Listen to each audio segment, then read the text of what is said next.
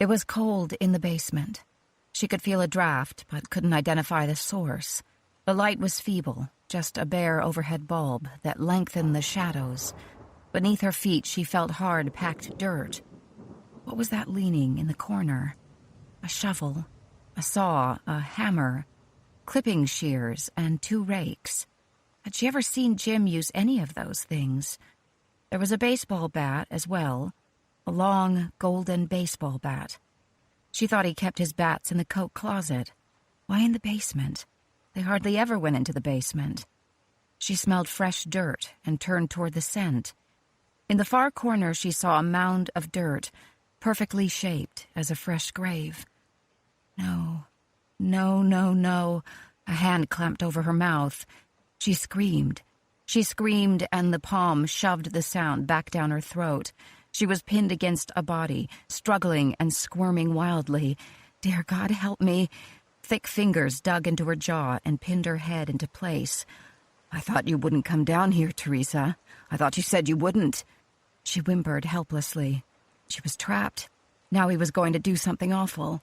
She felt his arm move behind her. A black scarf slid over her eyes, shutting out the light, cutting her off from everything. She moaned in terror. He tied a rolled pillowcase over her mouth, the cloth pressing against her tongue and digging into the sensitive corners of her lips like a horse's bit. He released her, and she fell to the ground. I told you not to come down here, but you had to. Didn't you, Teresa? You had to know.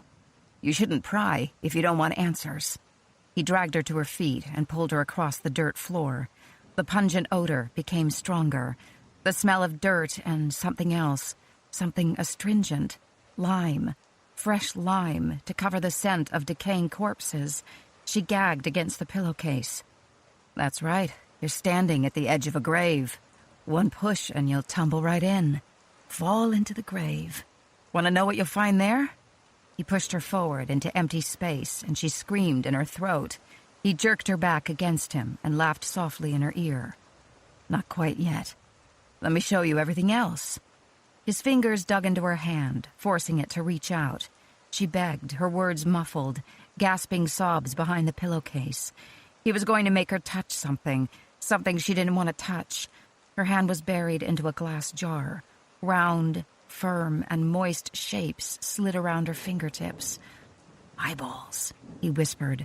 I saved the eyeballs from all my past wives.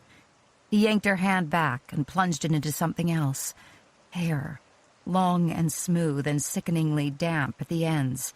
Scalped 'em, too, he hissed. Again, he yanked her hand back and plunged her fisted fingers into something else. Squishy and tangled and oily. Caught on her fingers, twisted around her fingers. Guts.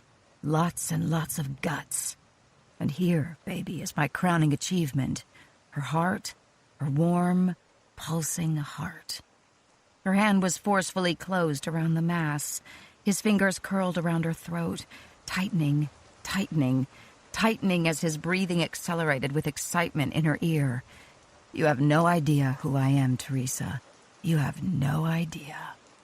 And just as the spots formed before her eyes, just as the abyss opened before her, and she knew she could fall right in and never have to think again, his fingers let her go, and the air rushed into her oxygen-starved lungs. The blindfold was snatched from her eyes. She was staring down at blood. So much blood. She turned, too horrified to run. She saw his face clearly, his leering, cold face. J.T. Dillon smirking down at her with coal black eyes. Tess woke up harshly, the scream ripe on her lips, her heart pounding in her chest. She clutched her fist to her throat, gasping for breath. Sweat trickled down her cheeks like tears. A pause, then she scampered out of the strange bed and turned on every light she could find.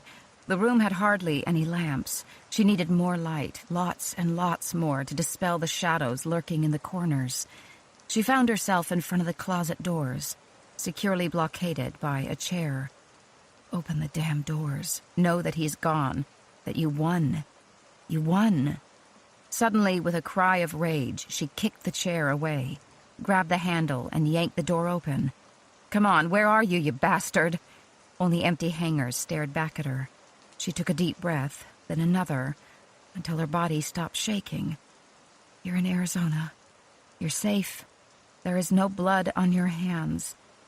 It was a cow's heart, linguine in olive oil, silk threads, and peeled grapes, stuff from a grade school haunted house. "Look around you, Teresa," Jim had said after he'd snapped on the basement light. "Look at what you're so terrified of. If you're willing to believe peeled grapes are eyeballs, no wonder you look at me and see a monster." She collapsed on the ground. He squatted down until he was eye level. "I told you not to come into the basement, but you did. You're so determined to think I'm doing something wrong. Why do you think so little of your husband, Teresa? Why are you so determined to be afraid of me?" She wasn't able to summon an answer. "You know what I think? I think you have really low self-esteem, Teresa. I think your father and his abusive behavior taught you to think of yourself as nothing. And now you have this handsome, charming, decorated police officer who loves you, and you just can't believe that, can you? Rather than accept that a good man loves you, you wonder what's wrong with me. You obsess that there must be something wrong with me. I suggest you stop focusing on my problems, Teresa, and spend a little bit more time contemplating yours." He left the basement. She remained on the floor, actually wondering why she questioned her perfect husband. Jim had been that good. Then other memories, other images overwhelmed her. Jim's hands around her throat, squeezing, releasing, caressing, soothing, choking. The baseball bat arching up, looking like a fairy's wand in the moonlight, whistling down, her thigh cracking. She ran for the door, undid the lock, and made it to the bathroom just in time to be violently ill. "Was it something I said?" JT stood in the doorway. Her eyes squeezed shut. She remained hunched over the sink, her arms trembling, her legs shaky. She tasted bile. She tasted despair, by far a more savage flavor. "Please go away," she whispered. "Sorry, but there isn't a Virginia man alive who can walk away from a puking woman.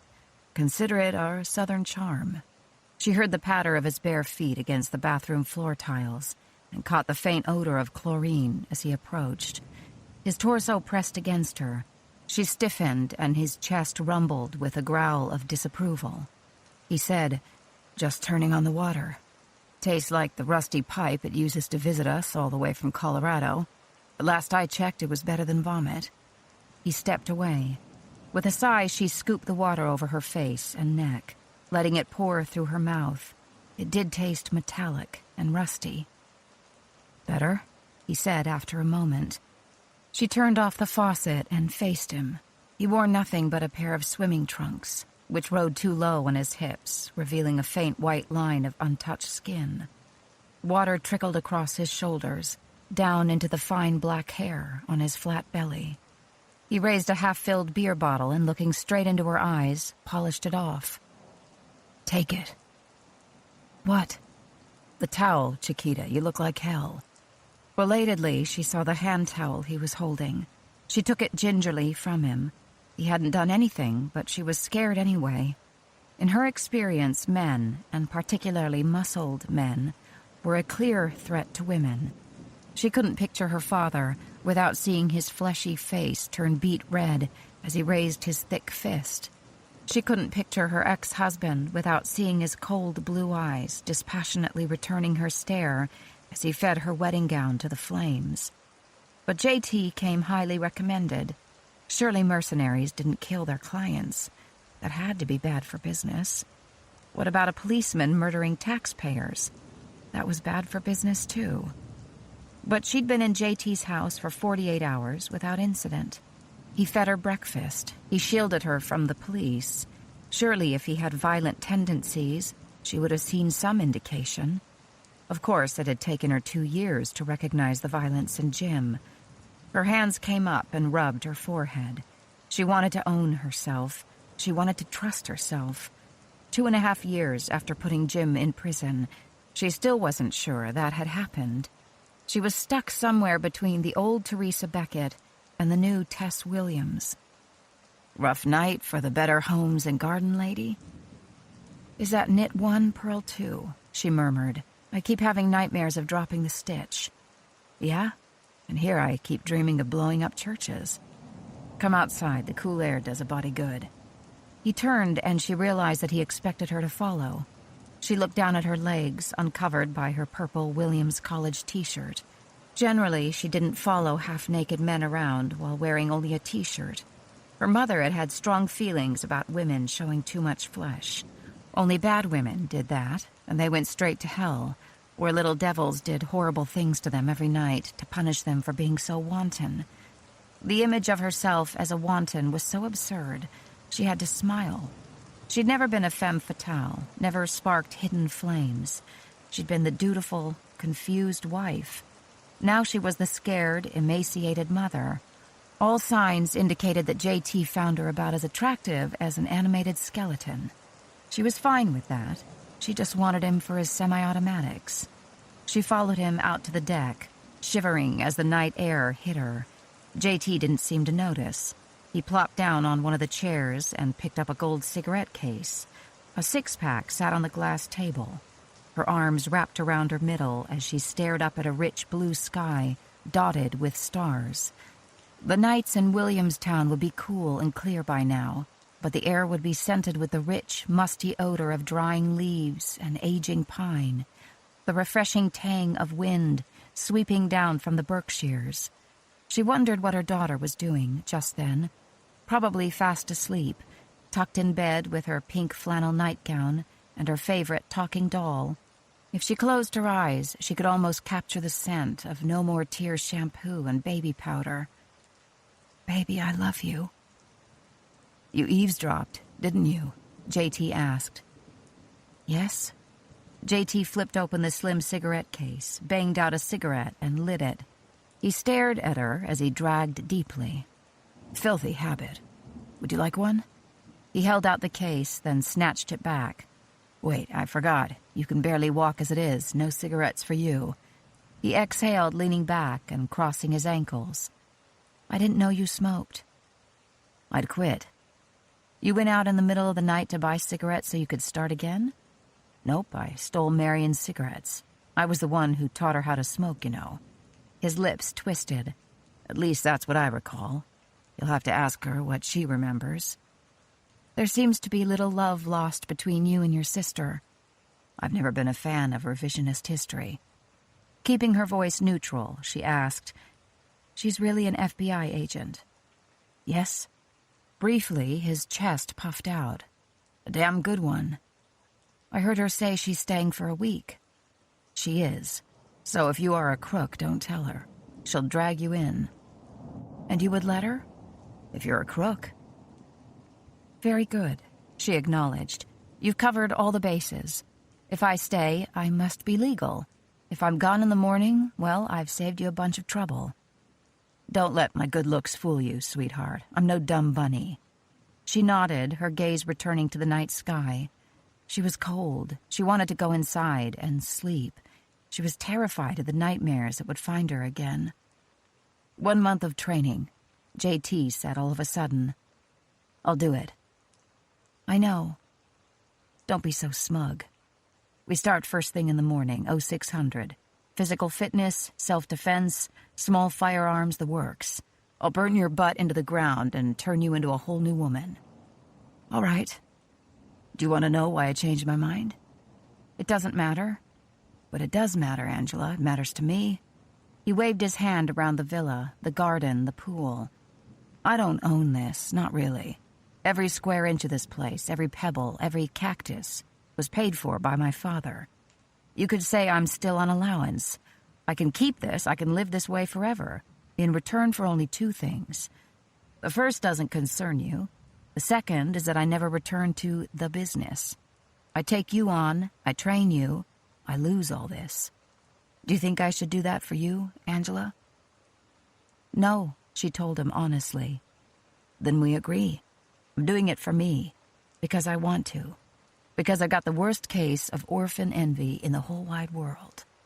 He grabbed a beer, climbed off the chair, and walked toward her. She could feel the tension in him. He was not a man who played by the rules. He probably had blown up churches. He had anger and dark moods she didn't understand. He was unpredictable, raw around the edges. When he moved, he didn't make any sound. And after the marble-smooth facade of Jim, he seemed unbelievably real. If this man had a problem with you, he wouldn't poison your dog or burn down your garage. He'd tell you about it to your face. He'd let you know. If he discovered a father beating his daughter, he wouldn't rig a stockroom ladder to fall, breaking the father's leg. He'd walk up to the man and slam a fist through his face. He stopped so close she could feel the faint heat of the cigarette. You dreaming about him, Angela? Sometimes. When was the last time you slept through the night? I don't know. Fixed yourself a good meal. A long time. Well, stop it. He ran a finger down her arm. She flinched as he shook his head. There's nothing to you, Angela. You've let yourself go. Now you're just bones with shadows rimming your eyes. A good stiff wind could blow you over. It's hard, she said. We've been on the run. There are problems. Tough. You have to learn to compartmentalize. From here on out, you separate. You're scared, sleep anyway. You're anxious, eat fruits and vegetables. Get some mass on those bones and we'll talk muscle. And stop shredding your nails. If you won't take your body seriously, how is anyone else supposed to? Strange advice coming from you. I just preach, never practice.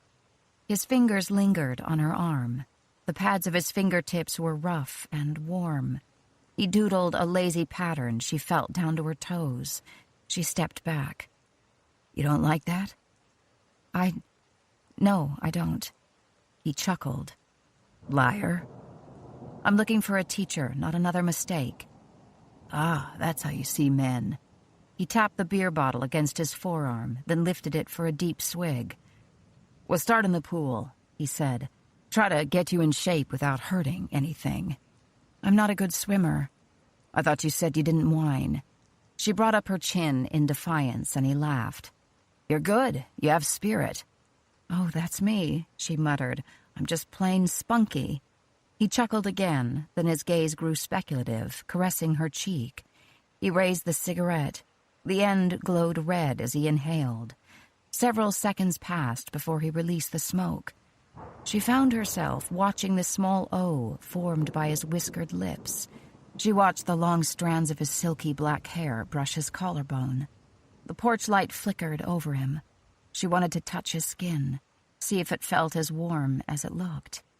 She glanced down immediately, caught off guard by her own reaction. Scared? He murmured huskily, his voice too knowing. No, she said instantly. You're shaking in your boots, and I haven't even tried anything. Yet? I'm not scared. But she was, and they both knew it. She was uncomfortable, and her thoughts were muddled. Should she trust him? Should she not trust him? Should she run? Should she play it tough? Should she step closer? Should she step away? She was sick of the doubt. She made her decision. Before she lost her courage, she grabbed the beer bottle and yanked it from his grasp. She crossed it to the white gravel bed bordering the cactus garden and dumped the beer out. No more. I hired you. I want you sober. A Marine shoots better drunk, he said curtly, no longer amused. Well, JT, you're not a Marine. Big mistake, Angela. Big mistake. He stalked toward her. She stood her ground. You getting mean? She said haughtily. Do you miss the beer that much already? Not the beer. Sex. His arm whipped out, faster than she could have imagined. One hand palmed her head, his fingertips rubbing her scalp. You still haven't moved. Maybe you want to kiss me. If you do something that dangerous, will you feel strong? He bent over her. This close, she could see the feral gleam in his eyes, could see the individual hairs of his 24-hour beard. Facial hair. Genuine facial hair, to go with the hair on his chest. He had no idea what those things meant to her. No idea what it was like to be confronted by a man who was anything but cold. Come on, Angela, kiss me. I'll show you the third thing I'm very, very good at. He leaned closer, but still didn't touch her lips. They both knew he wouldn't. He wanted her to do it. She reached up and carefully, hesitantly, touched the prickly rasp of his beard. It was softer than she imagined. Her fingertips tingled. He sucked in his breath. She was holding her own.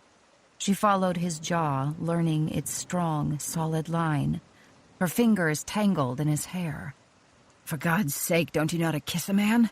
He yanked her closer, and she punched him in the shoulder. He grunted, more with surprise than pain, and fell back a step. "That's what I'm supposed to do, right?" she stated firmly. "I'm supposed to take a stand. Well, I did. And while I'm at it," she yanked the cigarette from his lips, "I hate smoking." "Too late. You should have run, Angela. Exited stage left while you had the chance." He caught her easily and pulled her against him hard. 1 minute she was standing by the cactus garden, the next she was pressed against a burning body, her legs cradled by muscled thighs, her torso clamped by sinewy arms. She opened her mouth to protest, but he merely took advantage and captured her lips. He was not bashful or calculating. His tongue plunged in deep, hot, knowing, and tasting of tobacco. He filled her, stroked her, grazed her teeth, and challenged her. She squirmed in his arms. The kiss deepened and ripened, never painful, but insistent, until she felt something unfurl in her stomach. She wanted to melt a little. She wanted to dig her fingers into his shoulders and hold on to him.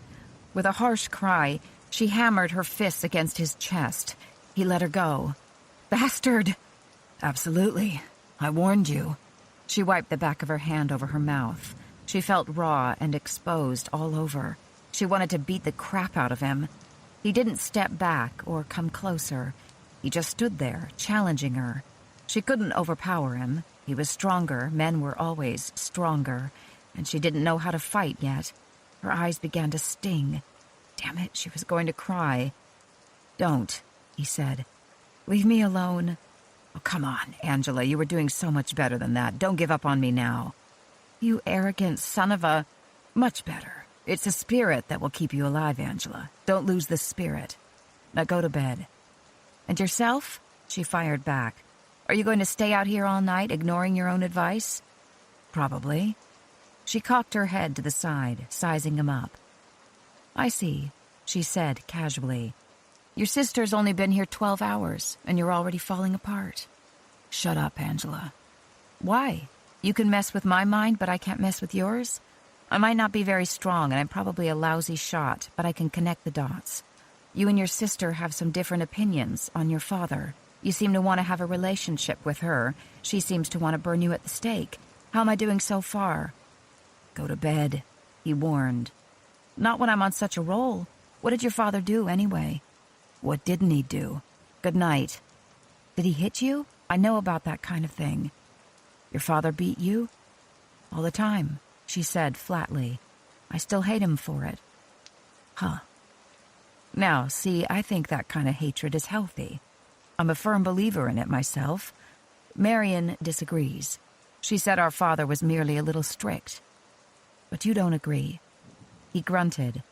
The colonel thought child-rearing was a fucking blood sport. He walked to the table, lit a new cigarette, and inhaled.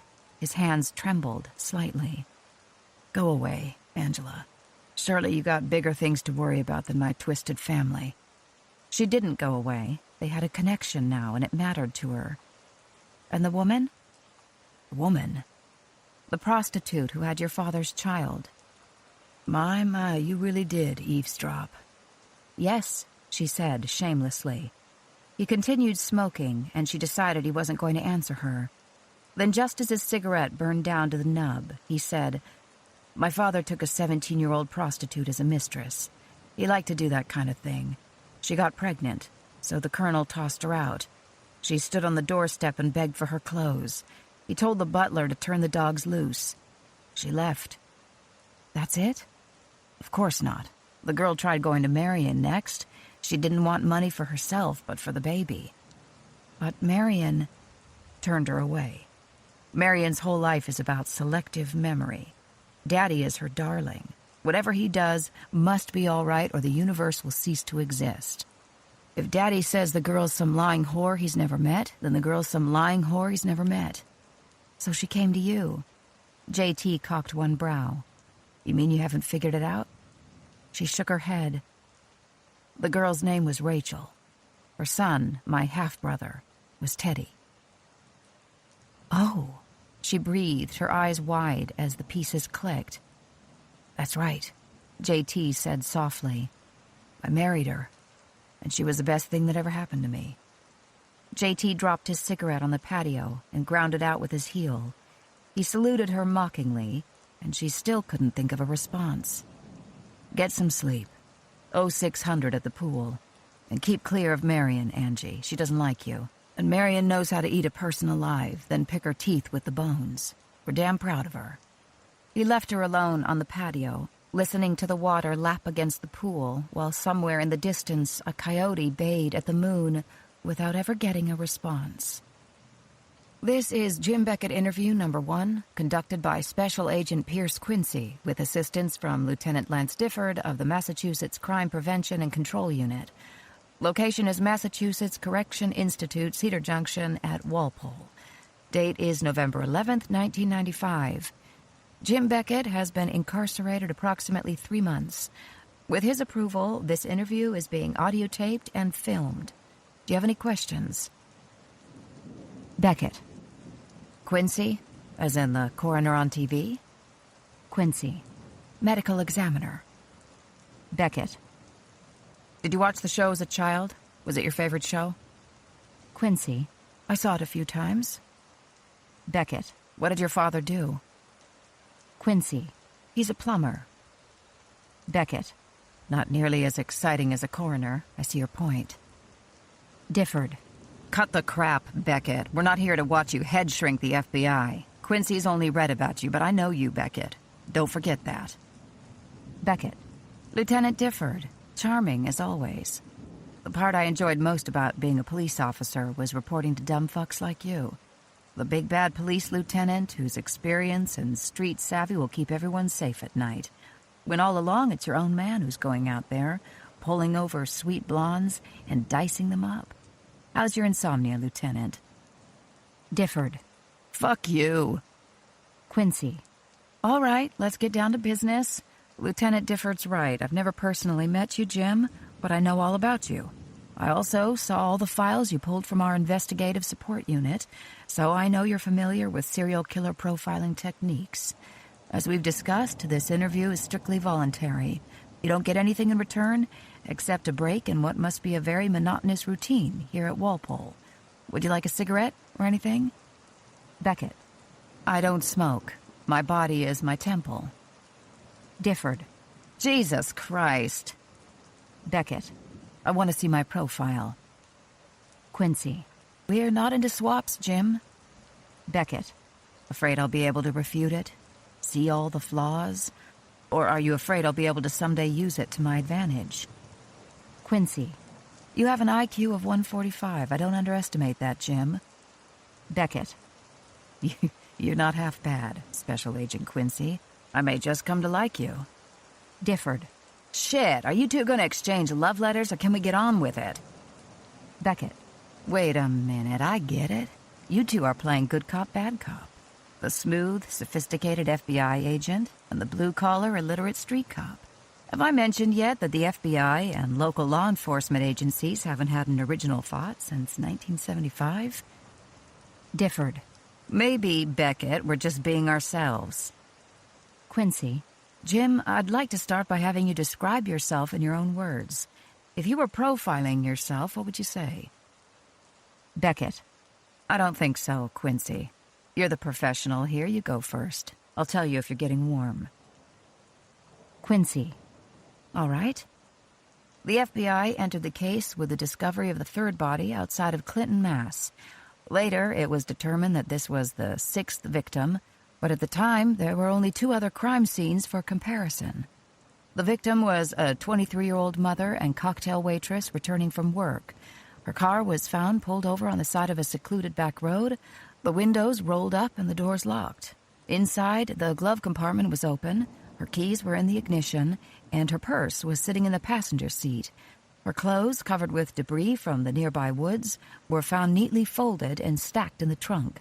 There were no signs of struggle. A quarter of a mile from the car, the body was discovered in the ditch. The victim had been stripped naked and placed face up, arms and legs spread eagle. A tree branch was stuck in her vagina. Clearly, the body had been arranged for shock value. The victim had been sadistically tortured and sexually assaulted. Exact cause of death was difficult to determine. The victim's own pantyhose had been tied around her neck for ligature strangulation. In addition, the victim's head had been savagely beaten with a blunt instrument, later determined to be the same tree branch that was inserted in her vagina. Bruises around the victim's breasts, buttocks, and inner thighs revealed the unidentified subject had spent a significant amount of time torturing the victim before killing her. The extensive amount of post-mortem mutilation, combined with the precise posing of the body, indicated that he'd probably spent at least an hour with the victim after the murder. The unsub had also taken the time to clean up the crime scene. There were no prints, no body hair, no semen samples, or torn clothing left behind. The victim had some defense wounds on her hands indicating a struggle, but she'd been quickly subdued. We could find no traces of skin cells or blood beneath her fingernails. We theorized that the unsub had utilized some credible ruse to lure the victim from her car. He then controlled the victim, tortured her, raped her, and killed her with particular fury.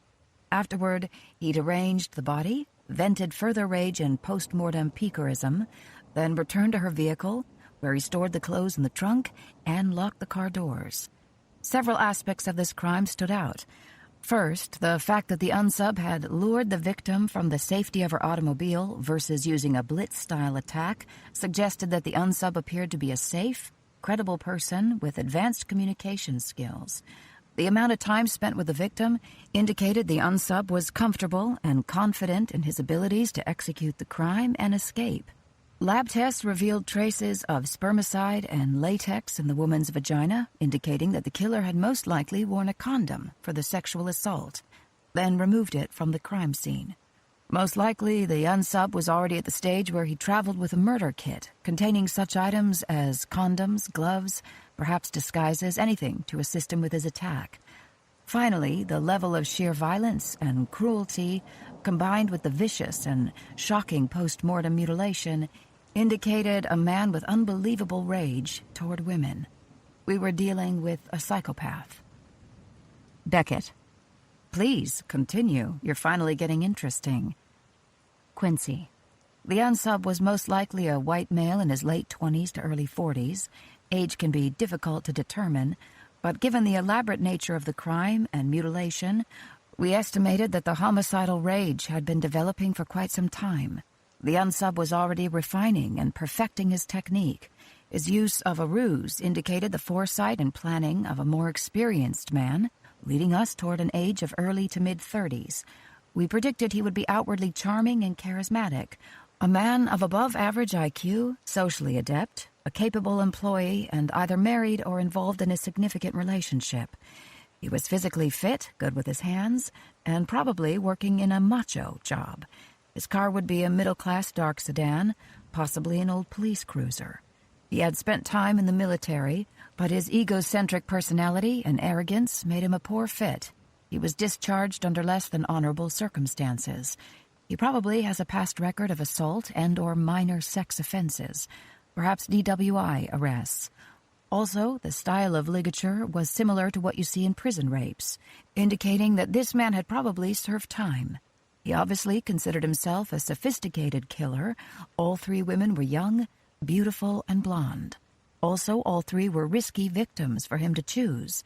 These were not prostitutes or strippers, but mothers, daughters, and college students who had families to miss them and pressure the police for further investigation. The killer probably spent a great deal of time patiently driving around, waiting to find the right woman in the right place. Beckett. He's disciplined. Quincy. Well, as disciplined as a homicidal maniac can be. Beckett. It's discipline, Quincy, trust me. When the urge to kill is that strong, it takes strength and willpower to wait for the right one. You wouldn't know that. I doubt you've ever had a strong, passionate impulse in your life. What about trophies? Quincy. Generally, serial killers take trophies. From looking at a crime scene, it's impossible to know what's missing. Maybe the unsub took a ring to give to his wife so he can experience a cheap thrill every time he looks at her. Maybe it was just a lock of hair. He'll take something, though, to help him relive the crime later. Beckett. See, you're wrong. I didn't take anything. Why put something in my possession that would link me to a homicide? Bundy, Kemper, they thought they were smart, but they were really just animals. Furious, savage animals who were slaves to their own hunger. I'm not a slave, Quincy. I controlled my impulses. I limited myself to my pattern. Quincy. Pattern? Beckett. You've never figured it out, have you? Quincy. Patterns are a favorite with Hollywood. Lunar cycles, numerology, astrology. They rarely have anything to do with it. Beckett. I agree entirely. Quincy. Then what do you mean by pattern? Beckett. You're supposedly the expert, Agent. You figure it out. Quincy. What about visiting the graves of your victims? Beckett. Never. Quincy. You never visited a gravesite? Not even a memorial service, a vigil, anything? Beckett. Discipline is the key. Beckett. What about returning to the crime scene? You could pretend to be there as a police officer. Beckett. I am a Berkshire County cop. What would I be doing at a Clinton, Massachusetts crime scene? I insist discipline is the key. I'm not toying with you, Agent. Difford. Bullshit. The omnipotent guise is how you get your rocks off, Beckett. If you were so fucking smart, so fucking disciplined, so controlled, you wouldn't be sitting in jail right now. Beckett. Have you ever thought of going on a diet, Difford? Look at you. You're hitting the donuts much too hard these days. Difford. You came back for Teresa, Beckett, just like she said you would. A smart man would have skipped town, but not you. You couldn't let it go, not after what she did. You weren't so disciplined then, were you, asshole? Beckett. And where were you, Difford, when I wrapped my hands around my lovely wife's neck and began to squeeze the life out of her flailing body? Where was her police protection? Where was your fat, lazy ass? Quincy. Gentlemen. Beckett. The agent's right. This exchange of pleasantries isn't advancing science. But I have to say I'm not impressed, Agent Quincy. At this point, you might as well have been reciting a textbook. Come on, special agent. Dazzle me. Quincy. Your first murder wasn't planned. Beckett. Elementary. What killer has ever planned his first murder? You have desires, then in a fraction of a moment of time, you realize that you have an opportunity. You either act or you don't. That's what separates the men from the boys. Me from you. Quincy. You pulled her over for speeding. You had every intention of writing her a legitimate ticket. You were on duty at the time.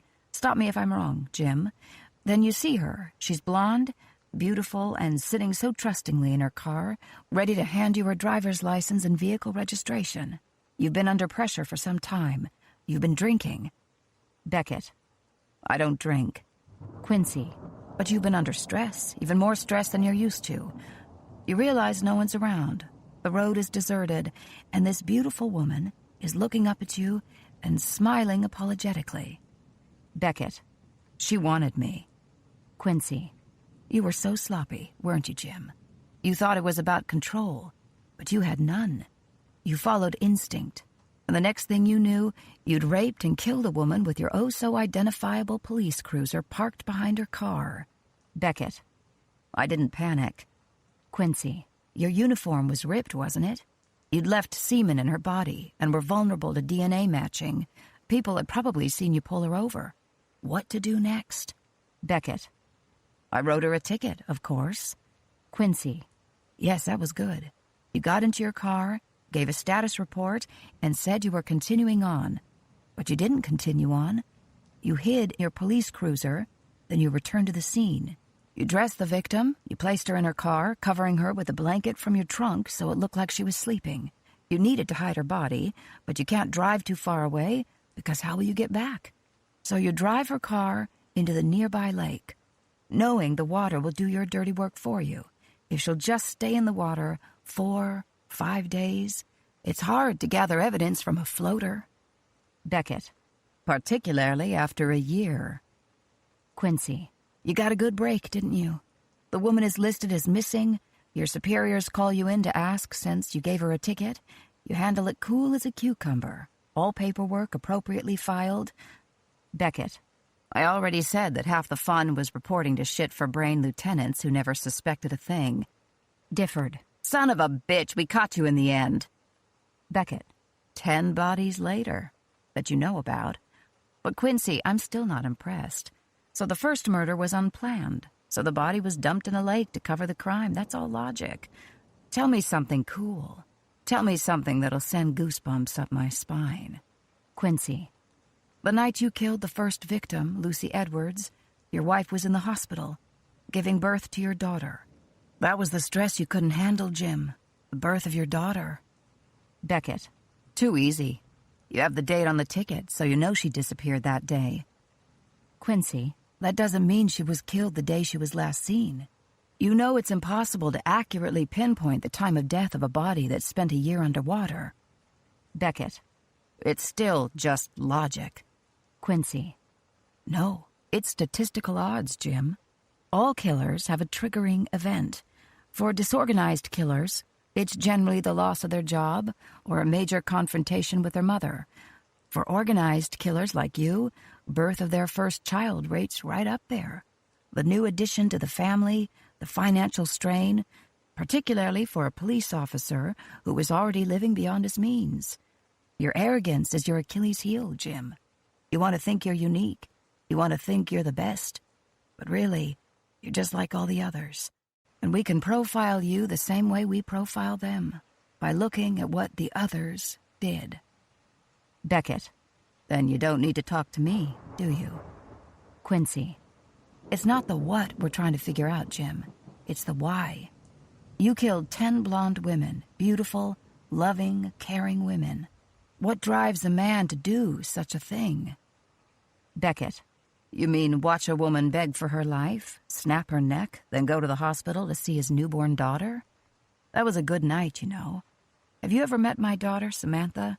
She's a beautiful little girl, bright, too. Tell him, Difford, you know Sam. Sam is the best thing that ever happened to me. Difford.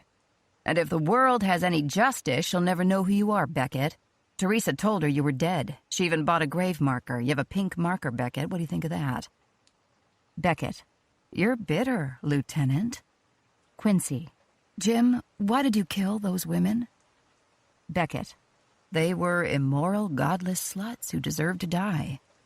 Difford. He's lying. He doesn't have a religious bone in his body. Beckett. For a change, Difford's right. But I get so bored with my mother toilet trained me at gunpoint excuse. Quincy. Did you hate your mother? Beckett. Which mother? Adoptive or a biological? Actually, it doesn't matter. Neither of them was worth hating. Quincy. They told me you've been exchanging letters with Edward Kemper III. Beckett. Sure, Ed's a big guy. 6'9" and 300 pounds. That's a hell of a lot of psychopath. I work out every day here, you know. I'm up to bench pressing 350. Beckett pulls up sleeve and flexes for camera. Impressive, huh? But I still got a ways to go to catch Ed. Quincy. Ed's IQ is also 145, did you know that? Beckett. He's a real Renaissance man. Quincy. He killed 10 people as well. Is that why you decided to write to him? His victims were closer to home, though. His grandparents, his mother, and her best friend. Beckett. Yeah, Ed's read a little too much Freud. All he talks about is how much he hated his mother. For God's sake, he attacked her with a claw hammer, decapitated her, then raped her corpse. It's time for him to move on. Have you heard about the larynx? Quincy. I read the interview notes. Beckett. Now, is that irony or what? Poor, bedwetting, traumatized Ed is jamming his mother's larynx down the garbage disposal as a last symbolic act. And the disposal jams and throws the bloody voice box back up at him. Ed says even when she was dead, she was still bitching at me. I couldn't get her to shut up. That's one of my favorite stories. Quincy. Did your mother bitch at you? Was she demanding? Beckett. My birth mother was a weak, pathetic hypochondriac without an intelligent thought in her head. When she dropped dead, she merely fulfilled her own prophecy. Quincy, your father. Beckett, my father was a good man. Don't bring him into this. Quincy, would he be ashamed of you now, Jim? Beckett, for what? Quincy, I think he would be, Jim. I think you know that. I think Jenny Thompson really got to you. Beckett, who? Difford, you know who the hell he's talking about, Beckett. Little Jenny Thompson, the 17-year-old from Enfield, the girl whose head you cut off. Quincy, you didn't decapitate anyone else, Jim, only her. You also let her get dressed after you had raped her. I think she shamed you. I think she told you that she was driving home from visiting her dying father in the hospital, that he needed her. She was his last reason to fight for life, that she loved him very much, but she'd seen your face, you had to kill her. So you did. But you didn't feel good about it, not like the others. The others you looked in the eye, but not Jenny.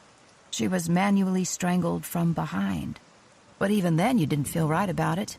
You were troubled and you were angry because you didn't want to be troubled. So you cut off her head. Classic depersonalization. You hid it under a pile of leaves, not able to look at her. You left her body covered, not exposed like the others. But you still felt shame, didn't you, Jim? Every time you think of her, you feel shame. Beckett, no. Difford, you're shifting in your seat, Jim. You don't look so comfortable anymore. Beckett, my legs fallen asleep. Difford, sure, Jim. Beckett, I saw Jenny's father in the hospital. Quincy, what? Beckett, the nurses never put it together, did they? I went to the hospital. I wanted to see if her father was really there, if he really was dying. You can't trust what a woman says, particularly once you have her. They'll say anything if they think it'll save their life. So I checked up on it. I found him in an oxygen tent in intensive care, Mr. Quincy. He wasn't allowed visitors, but I told the nurses I was working on his daughter's case and I had good news for him. Of course they let me in. Young nurses. One of them was quite beautiful, but she was a brunette. I leaned over until I could press my face against the oxygen tent, and I told him how beautiful his daughter was and how wonderfully she'd screamed. I told him she'd begged for her life and she'd prayed to God, but God hadn't saved her. She belonged to me, and I took her. He died the next day. You want to know what makes me, Mr. Quincy? If you want to understand me, forget the mommy hating or the bedwetting, animal torturing, fire-starting triad you guys developed. It's much simpler than that. There's power in the world, and that is me. It's the power of being alone with a woman and having her plead for her life. It's the power of having her on her knees and watching her implore God to intervene. He doesn't. She's mine. I am the strongest. I am the best. I used to not understand the Nazi officers and what they did during the Holocaust. I respected their discipline, but I didn't quite get them. Now I do. I've held a beating pulse between my fingers, and I've squeezed. And it's the best goddamn feeling in the world. Difford, you're sick, Beckett. You are fucking sick. Beckett, get over it, Difford. It's guys like me who keep you employed. You were just a backwater no-name county lieutenant until I came along. I was the best thing that ever happened to your career. You should like me. Quincy. Jim? Difford. You're wrong, Beckett. You're not the most powerful person in the world. Teresa is. Beckett. What? Difford. You heard me. Who brought you down? Who put you in jail? Face it, you married a sweet 18-year-old girl you thought you could control, manipulate, and terrorize to your heart's content. But instead of simply rolling over and playing dead, she figured you out. She learned you. She fought you. She toppled the omnipotent Jim Beckett. Beckett. Teresa is a weak, stupid woman who couldn't even stand up to her own father. All you had to do was raise your voice and she cowered in the corner. Difford. She kept a log on you. All the times you said you were on duty when you weren't. All the times you came home with unexplained scratches and bruises. Beckett. She was a jealous wife. Difford. She tracked the mileage on your odometer. She kept a whole little book of evidence against you, writing in it secretly every night until she finally had enough to call the police. And you never suspected a thing. Beckett. Teresa is not that smart. Beckett. She turned you in, Jim. You terrorized her, you traumatized her. You burned everything she owned, told her day in and day out that she was worthless, and still she stood against you. Beckett. I made her pay. Every time she takes a step now, she thinks of me. Difford. And every time you hear the cell door slam shut, you can think of her. Quincy. One last question, Jim. Beckett. Do you know what I dream of, Difford? Do you know what I think about every night? I dream of the day I see my wife again. I picture sliding my hands around her neck and feeling her hands flail against my chest. I envision choking her to the edge of unconsciousness. And then, while she's lying there, staring at me helplessly, I pick up a dull Swiss Army knife and hack off her fingers one by one. Then her ears, then her nose, and then I cut out her beating heart. I'll do it someday, Difford, and when I do, I'll mail her heart to you. Lieutenant Richard Houlihan walked to the front of the debriefing room and shut off the film projector. At his signal, the lights came back on, and 65 police officers and federal agents blinked owlishly. The room held the largest task force Massachusetts had ever seen. The second largest task force had been assembled 2.5 years ago for the same purpose, to find former police officer and serial killer Jim Beckett. Now you know what we're up against, Lieutenant Houlihan said without preamble. Jim Beckett has always prided himself on his superior intelligence, and last week he demonstrated again what he can do. At 9 a.m., 2 correction officers escorted Beckett from 10 Block and Walpole to the multi-purpose room, where he had signed up for time to conduct legal research. The correction officers had followed proper protocol. Beckett's hands were cuffed behind his back, his legs were shackled, and they were with him at all times. Yet somehow he managed to slip free of the cuffs. We believe he may have fashioned a homemade lockpick. And the moment they entered the multi-purpose room, he turned on the 2 officers. In 2 minutes, he beat both men to death with his bare hands. One officer managed to activate the red alarm on his radio. When Walpole's security officers descended upon the room 90 seconds later, they found Beckett's handcuffs and leg shackles on the floor and 2 dead men, one missing his uniform and radio. Immediately, all units were locked down, the lieutenant in charge issued a red alert, and a full-fledged search began. Somehow, in this time period, Beckett entered Central Command dressed as the guard. In full sight of the main facilities, he knocked out the lieutenant and sergeant running Central Command, seized the master key, and unlocked the system, opening all cell doors and blocks. In the ensuing prison riot, Beckett simply walked away, still dressed as a corrections officer. It took 8 hours to determine that he was missing. An 8-hour head start. Nobody has seen him since. I won't lie to you, people. The weeks ahead will be the toughest weeks of your career. The Walpole's IPS, Inner Perimeter Security Team, searched the immediate area for 48 hours. They called in the town, county, and state police for support. The National Guard helped search for Jim Beckett. Nothing. The state's fugitive squad took over from there. For the last week, they have combed Beckett's old neighborhoods, quizzed former associates, and turned the state upside down.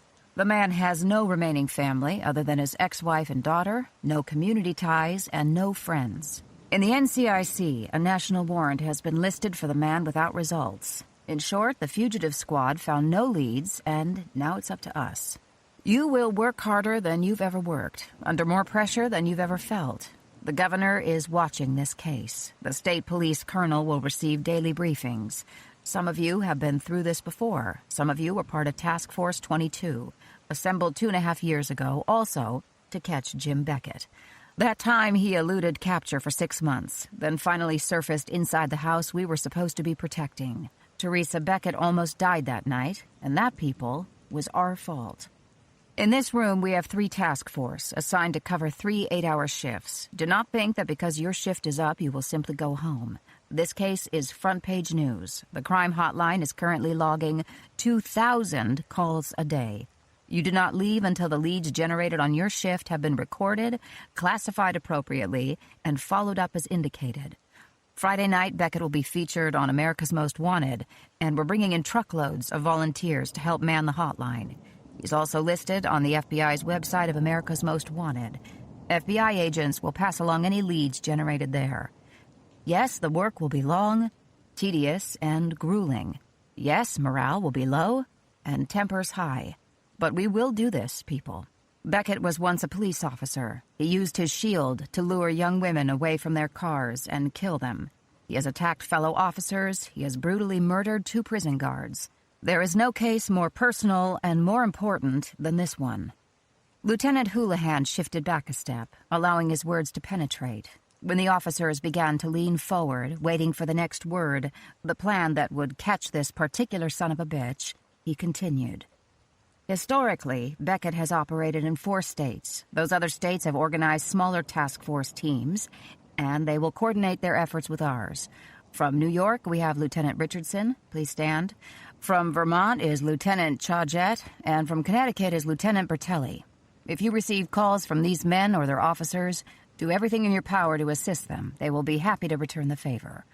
Most of the cross-jurisdiction investigation will be coordinated through VICAP, Violent Criminal Apprehension Program.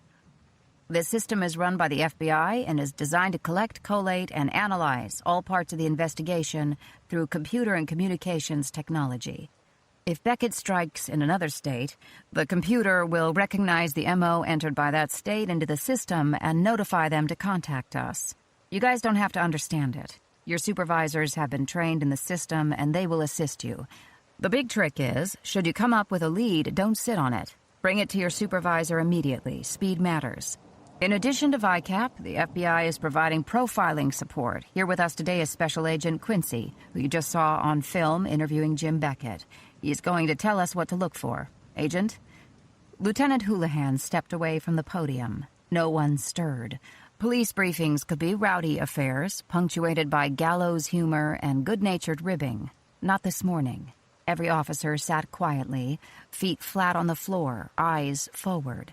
The seriousness of the matter was etched into every face, and the fresh lines creasing each forehead. Special Agent Quincy stepped up to the podium. He could identify with the officers staring back at him. He'd served as a homicide detective in Chicago, and then with the NYPD before getting his doctorate in criminology and joining the investigative support unit at Quantico. Now he worked over 100 cases at a time, traveling 200 days a year to profile unsubs, advise local law enforcement agencies on how to catch the unsub, and aid with interrogation of the caught unsub. It was stressful work. One wrong piece of advice and the investigation could head in the wrong direction, costing lives. It was hard work, logging 80 hours a week and thousands of miles.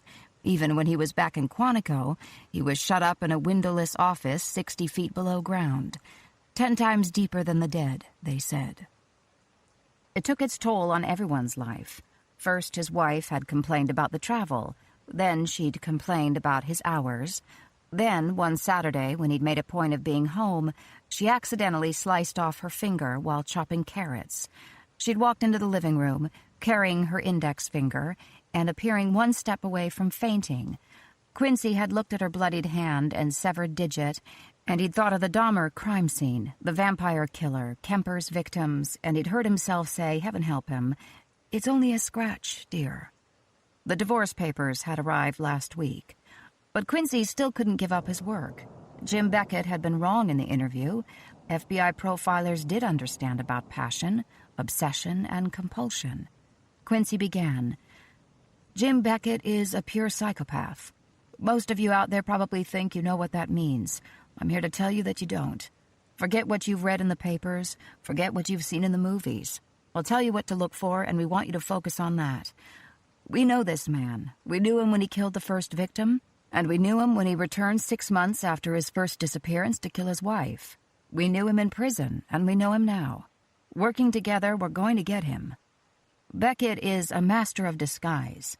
His high IQ and natural charm enable him to blend into almost any situation. 2.5 years ago, he successfully hid from one of the largest manhunts in New England history for 6 months.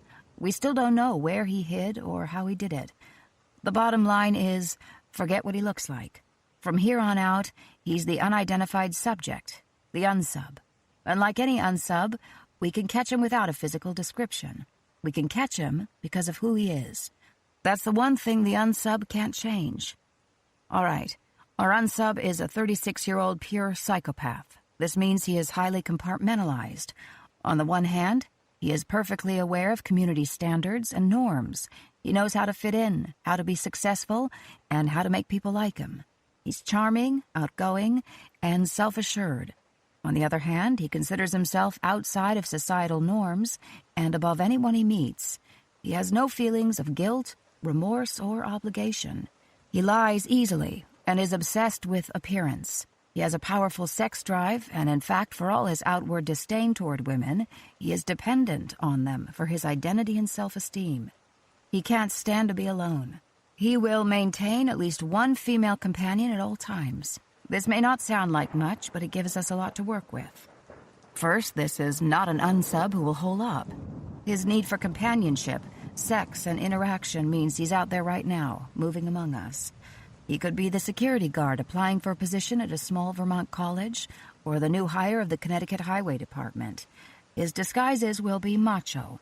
Look out for firemen, construction workers, security guards, cowboys, etc.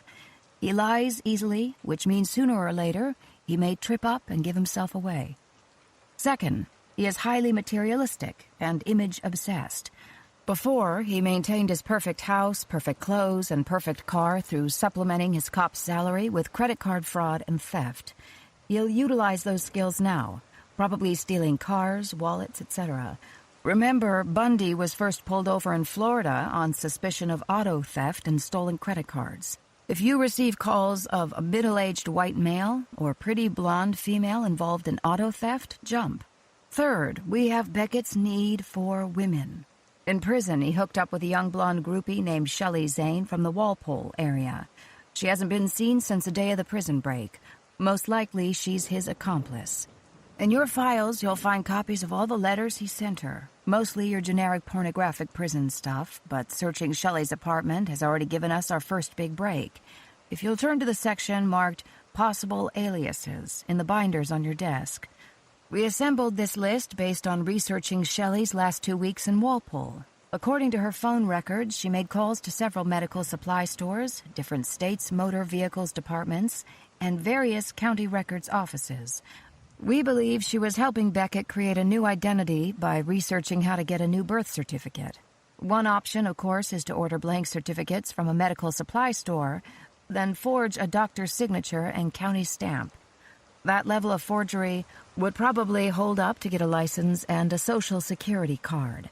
However, Beckett will eventually need to leave the country, and birth certificates are checked out when someone applies for a passport. As anyone who's worked fraud here knows, there's only one good way to get a real birth certificate. You go to the local library, and on microfiche read the obituaries until you find a kid who was born the same year as you, but died in a different county or state several years later. As long as the counties don't cross-reference birth and death certificates, the birth certificate will still be on file. You simply request a copy of that birth certificate from the county and assume it as your own. Sure enough, the local librarian told us Shelley had spent 4 days reading the microfiche of old newspapers. Going through the same newspapers, we found only 4 names that would fit the criteria for Jim Beckett: Lawrence Talbert, Scott Hanna, Albert McDougall, and Thad Johnson. We've notified the passport office to contact us should anyone request a passport for those names. There's a good chance Beckett will want that passport sooner or later. When he does, we got him. A hand came up and back. Why are you so sure he'll leave the country? Good question. That brings us to the unsub's last major weakness, his ex-wife, Teresa Williams. As you heard on the tape, Teresa played the key role in Jim's identification and capture. He's never forgiven her for that. Each day in prison he wrote her a letter, and each letter he described exactly how he was going to kill her. The women of New England may be terrified now, and they may be locking their doors, but frankly, they're pretty safe. Beckett is going to kill again, yes, and most likely Shelley Zane will be his first victim, once she is no longer useful to him. But his real target, his ultimate goal, is Teresa. He'll kill her. He'll find their daughter Samantha, whom he seems to genuinely love. Then he'll get the hell out of Dodge. Through VICAP, we track most of the United States and Europe. Jim knows that. It's our guess, given his fascination with the Nazis, that he'll head south to either Brazil or Argentina. A new hand went up. Which part of the task force is watching Teresa Williams? The powers that be exchanged glances. Special Agent Quincy stepped aside, and Lieutenant Houlihan took over the podium. Miss Williams has opted against police protection. What? Murmurs broke out. Lieutenant Houlihan raised his hand to settle things down. His reaction had been the same when Difford had called him and outlined the ridiculous plan. She knows she's in danger. She decided her best odds lie with her being on her own. We must have at least a few feds on her. He could get to her and no one would even know it. People, her location is given out only on a need-to-know basis, and no one in this room needs to know. More grumbles. What about the daughter? She is in protective custody with her own guards. None of you need to concern yourself with that. Even more grumbles. Cops hated to be left in the dark. What about the pattern Beckett mentioned? We're working on that. Any other questions? Some people shook their heads, others exchanged dubious glances. To a person, they already looked stressed. Lieutenant Houlihan tapped the podium with his fist. People, that's a wrap.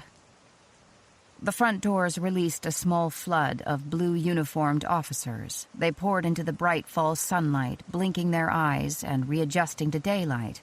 Some walked in pairs, others in small groups. All walked fast, men and women with a lot of work to do.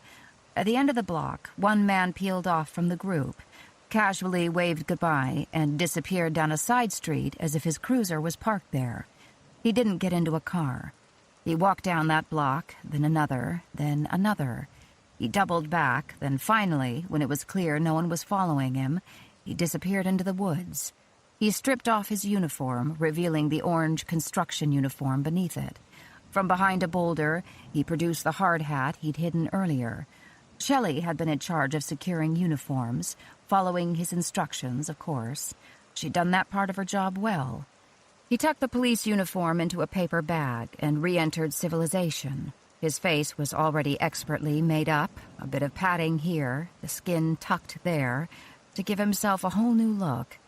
After a 15-minute walk, he arrived at the motel where Lola Gavitz had a room. "Honey, I'm home." Whistling, he locked the door behind himself, then checked the curtains. He didn't bother turning on a light. He tossed the paper bag onto the single queen-size bed and walked through the gloom to the bathroom. Shelley hung naked in the shower. Duct tape covered her mouth. More tape bound her wrists and ankles. A small hand towel protected the tender skin of her neck from the clothesline he'd wrapped around it. The other end of the clothesline was attached to the shower head, suspending Shelley 3 inches off the ground. Classic autoerotic asphyxiation setup. One did learn so many useful things as a police officer. Shelley could keep the clothesline from strangling her by looping her arms over the shower head and holding herself up, or she could swing her feet onto the edge of the bathtub. Of course, then she ran the risk of her feet slipping off and the sudden fall snapping her neck. Her arms must have gotten tired, though, for now she did have her feet on the edge of the tub. As he entered the bathroom, she raised her head wearily, her long blonde hair sliding back from hollow eyes. He looked at her feet. He curled one hand around her ankle. One push, that's all it would take. She rolled her eyes in terror.